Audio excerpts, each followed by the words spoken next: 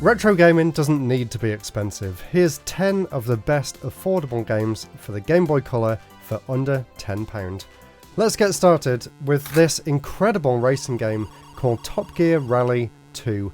And I actually picked this one up very recently on eBay for £2 and £2 postage, and what I got in exchange for that small amount of money was a game that is way beyond any expectations I could have had for that price. This game is incredible. This is easily the best racing game that I've played on the system. The graphics are just absolutely incredible. It runs at such a good frame rate, it feels great to play as well, and it is just an incredible experience playing this on the system. And because it's part of the Top Gear Rally series, you do also get the full single-player experience with all of the customization and all of the engine upgrades and things that you would expect, and there's a range of different cars, and they all control amazingly, and this really is an incredible game. So if you've got just a few pounds spare and you want one of the best racing games for a handheld console at the time, you really can't go wrong with this one, Top Gear Rally 2. The second game here is at the higher end of our price range. This one goes for around £10. This one is Tiny Toon Adventures Dizzy's Candy Quest, and this is a really unique game, and I haven't really played that many other games like this. It's a top-down puzzle/action game where you go around doing different puzzles and opening different areas up and collecting sweets along the way. And the goal of the game is basically to collect sweets and bring them back to the robot in the middle of the stage. But as you progress through the game, the stages get more and more complicated as you go. And there's also a kind of platforming mechanic as well, where you can jump on certain parts of the environment, and there's different enemies to worry about and different attacks that you can do. It's a really fun game, and it's very, very unique. So if you want a really cool top-down action puzzle game for the Game Boy Color, definitely recommend this one. Now for a full-on puzzle game, this is one of my favourite puzzle games on the Dreamcast and the Nintendo 64, and it got a port to the Game Boy Color. The game is Wetrix, and you can hope to get this one for around £6 here in the UK, which is an amazing price for one of the best puzzle games on the system. It's a very different style of game. You still have the blocks falling down from the top of the screen, but it's kind of in an isometric 3D point of view, and you either get up arrows or down arrows, and the up arrows can raise the level of the building area basically. And basically what you need to do is build different lakes, and then eventually you'll get some water droplets which you can then drop into the lakes, and you get bombs and you get different kind of items and upgrades as you're playing through the game.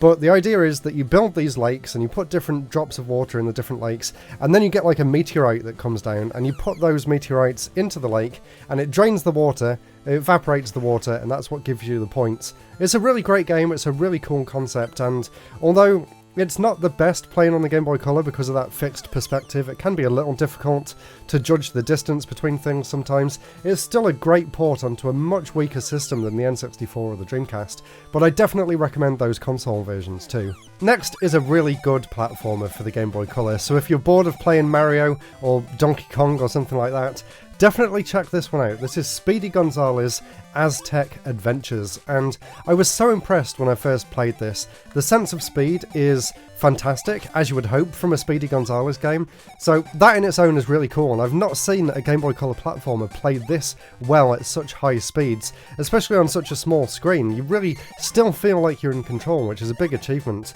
But the actual platforming physics actually feel really good too, and the levels are all fairly short, and it moves at such a great pace, and the level design's really good too. So if you are looking for a really good platformer, and this one is compatible with the original Game Boy as well, so you can play it on the original system in black and white, or the Game Boy Color, or the Game Boy Advance in colour as well. Definitely check this one out if you want a new platformer for the system. And you can get this one for around £10. Now for another platformer from a much more well-known game. This is the Game Boy Color version of Rayman, and what an incredible version of the game this is as well. I'm sure a lot of people have played the Game Boy Advance version, which came out at the launch of the GBA, and that one was an amazing port of the PlayStation 1 game, but this one is a completely original game for the Game Boy Color, and it's basically as good as you could get with a Rayman game in 8-bit. It plays really well, the controls are great, the physics are great, and you still get all of that classic Rayman gameplay, and it's just really impressive to see this running on the Game Boy Color as well. There is a sequel as well, Rayman 2 Forever, I believe, but I haven't got that one. I'm not quite sure of the price, but I can definitely recommend the first game in the series. And let me know in the comments below what you guys think of the second one if you've played that too. Next is another into-the-screen racing game, and this one isn't anywhere near as good as Top Gear Rally 2, which I put at the start of the list, but it's still really impressive to see it running on the console, and it's got a really nice style as well. It's called Halloween Racer, and basically you can choose from a bunch of different Halloween-styled characters, and then you can enter the Grand Prix and go around different Halloween-styled environments. There's a few power-ups and things which make this one slightly different to the more realistic racing of Top Gear 2, and if you do enjoy those into-the-screen racing games like Outrun style, I definitely recommend that you get both of these games because they do give quite a different experience considering the gameplay is very similar. Next up is a really unique game with a very interesting premise. The game is called Hands of Time, and this one's surprisingly cheap considering how good this game is. I managed to get my hands on it for £6, and I think you can still do around the same today. It's a time travel story, and I love time travel stories. The gameplay of this is, I guess, kind of similar to the Game Boy Color version of Metal Gear Solid, in that it's a top-down action-adventure game with an intricate plot to go alongside it.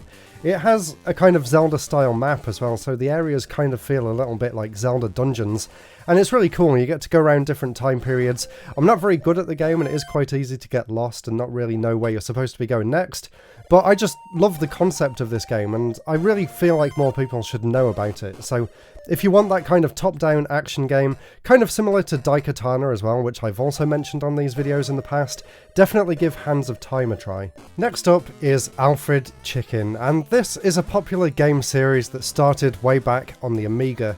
This Game Boy Color version is fantastic. I really enjoy this game.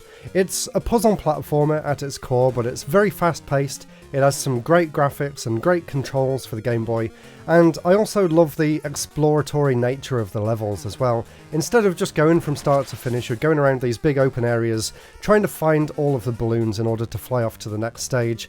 It's all very simple stuff, but the whole time that I was playing this, I kept thinking to myself that if I was to make another game again, it would be something like Alfred Chicken. I really do enjoy it. I don't know what it is about it. It's just a very fun, easygoing, enjoyable platformer for the Game Boy, and I'm very curious to try out some of the console games because this is the only one that I've actually played. So let me know down in the comments below if any of you have ever played Alfred Chicken before on any of the systems. Now another racing game next, but this one is very different to the other two. This one's actually a top-down racing game in the Micro Machines style of gameplay. This is Mickey's Speedway USA, and I actually enjoy this a lot more than Micro Machines. This game was made by Rare, and you can really tell that at this point in the Game Boy Color's life, they had really perfected what they could do with the system.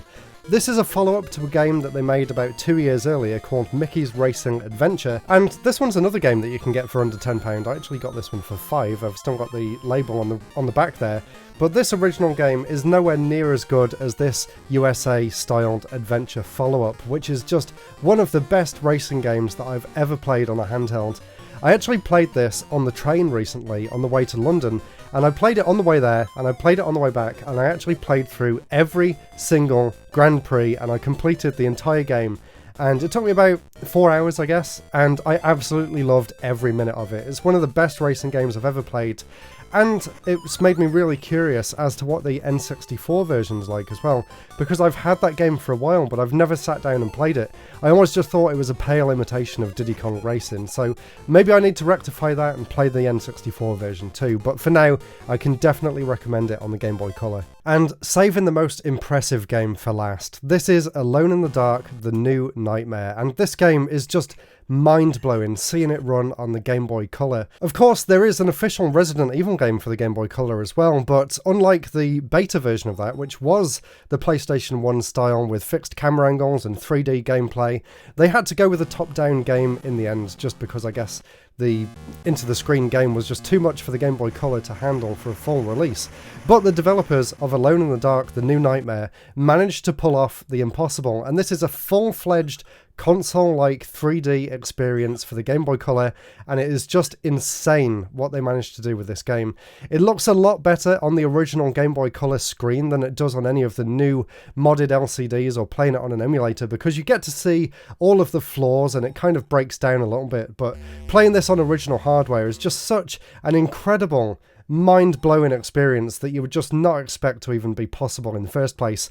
And you can get that experience for about £8. That's how much I got this one here for. So there we go, that was 10 affordable games for the Game Boy Color. Really hope you enjoyed this list, and if you want to see a similar list for the original Game Boy, then click the video up there and watch that one next. Thank you all so much for watching, and I'll see you all again very soon. Goodbye.